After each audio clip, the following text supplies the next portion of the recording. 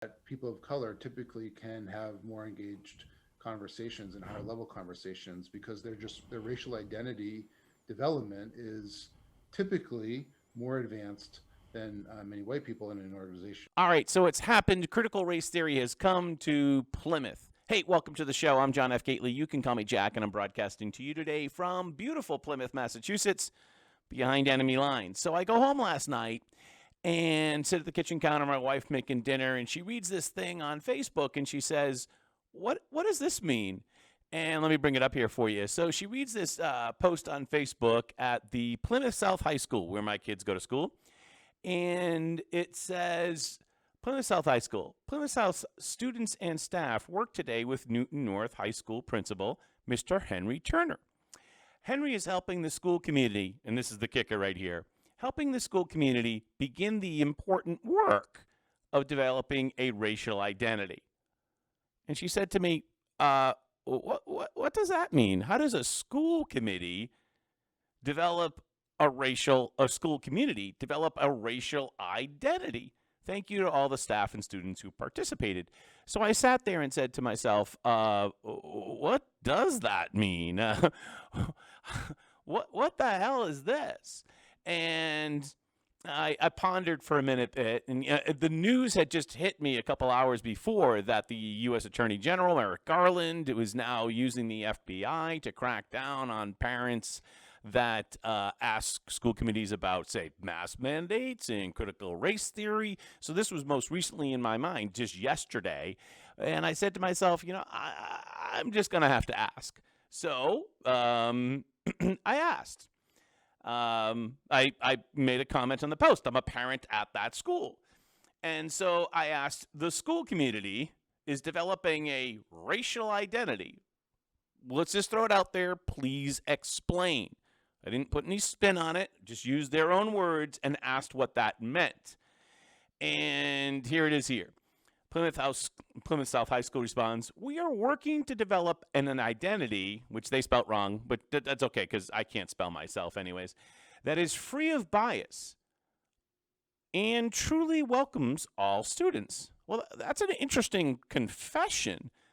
I was not aware that we currently had a identity that was with bias. I was not aware of that. That's an interesting confession. And I was also not aware that we didn't truly welcome students. I mean, it's a public school. I'm pretty sure we welcome pretty much anybody that shows up at the door. This has always been our goal, but this is more intentional. I mean, this is just dripping with the type of stuff that we have all the time in Massachusetts. It's just like it's just soaked in critical race theory and in what I used to call liberal, but now I'm going to start calling leftist ideology. Some of our guiding questions are, and they go on to a second post, who is included? It's a public school. Isn't everybody included? Who's not included? What do we need to do to make sure students feel more included, or to make sure more students are included? I don't know. I mean, please feel free to reach out, call us, and focus on blah, blah, blah. So this is obviously a way to promote critical race theory. That's what this is about. And there's some photos posted along with this post at Plymouth South High School Facebook page. And I'm looking at this. There's the photos. It's about, say, like a dozen people, and about a half a dozen kids and about a dozen students or so. So it looks to me as if they had like a leadership session. Did not appear to be school-wide. Just let's just pick off the leaders first. And I think we need to step back and talk a little bit about what critical race theory is all about. It's all about equity. And equity is a significantly different concept than equality of opportunity. Here in the United States, up until recently, we stood for equality of opportunity, that you'll have the chance to make whatever you can of yourself in the United States. And we certainly in our past had some significant shortcomings on that front. Sorry about that. But we've certainly made progress, significant progress to ensure, let's just mute this here, ensure equity of opportunity. I'm running a business here, as you know. Equality of opportunity throughout our country. We've done much better on that over the last several decades. Equity is a much different concept. It's not that you have the same opportunity, it's that you get the same outcome. That outcome is the same. And if that sounds startling to you, it should be, because those are two different diametrically opposed schools of thought. Equity sounds real tame. I mean, it sounds a lot like equality, doesn't it? But it's not the same. One is rooted in capitalism. Equality of opportunity is capitalistic. Equity is socialism / communism, which to me are the same thing. The only difference is that you spell the words differently. It's the only difference, really, between one and the other. Equity is socialism / communism. Equality of opportunity is capitalism. I'm for capitalism. I'm for equality of opportunity. So when I look at this here, I said to myself, well, this is just what I was listening to about Merrick Garland cracking down. And I said to myself, I need to know more, because this answer I got from the school department was less. It was less than what I was looking for. So I started to think, well, what is my next step? I want to know what was actually taught at this leadership session. And I say to myself, there's only really one way to find that out here in Massachusetts. I could either just call up the school like they suggested, but I'm sure I wouldn't get the answer I wanted. So then I started to think about, do I file a public records request? Even though Merrick Garland kind of put the chill on that in the back of my mind, So I thought about it. But in the meantime, I said, maybe I should look into who the leader of this session was. And it ends up that his name is Henry Turner. He, him, his.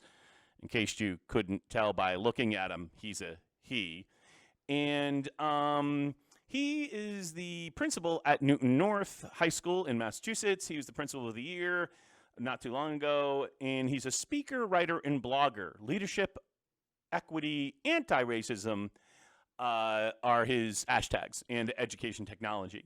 So apparently he has this side business where he speaks and gives presentations about equity in your school and about anti-racism in your school.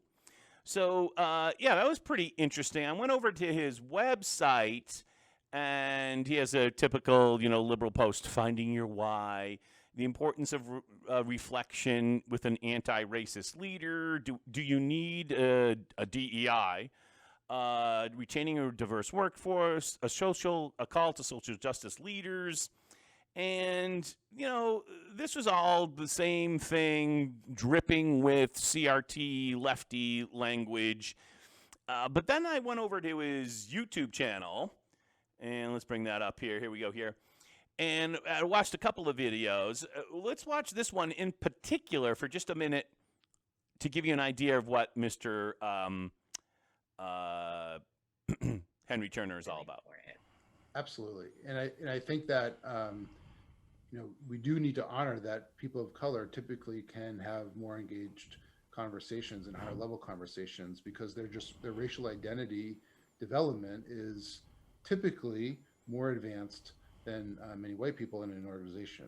And so I just wanted you to hear that again, because it's just really kind of startling. Listen to that. People of color typically can have more engaged conversations and higher level conversations, because their racial identity development is typically more advanced than many white people in an organization. People of color are typically more advanced than white people. That kind of sounds like racism to me. That sounds actually, Mr. Turner, that actually sounds racist in and of itself. You're saying that one group is particularly more advanced about a particular thing than another group. That's the very definition of racism. Very different, is essentially racist. It is racism. Yet this is the speaker that my local school had come to talk to our students and student leaders. So I went into the office today and I said to myself two things. Do I want to make a video about this? And I said to I thought about that long and hard. And then I said, do I want to send in a public records request? And then I said to myself, if I don't, I'm a coward. And I'm going to send in the request, which I just did. I asked for a copy of the contract. I asked for a copy of any disbursements. And I asked for the full presentation, which, since it was given to students and faculty in a school during school hours, is now a matter of public record under Massachusetts law. And I also asked if he had spoken at any other events here in Plymouth, at any other Plymouth school, or anywhere else in the school district. So I sent off that email, and then I decided that I'm not going to crawl under a rock and hide and just wait. I'm going to share it with you. So over the next several days or weeks or whatever it happens to be, I'm going to let you know what happens with this public records request, and I'm going to find out specifically what was taught. I was interacting with somebody who did attend the session, and they told me, and I want to get this right, so let me just bring this up on the screen here. I want to get this right. What exactly did they say? They said that there was the discussions of steps of being white that range from comfort to resistance to emergence. So that's what my source said.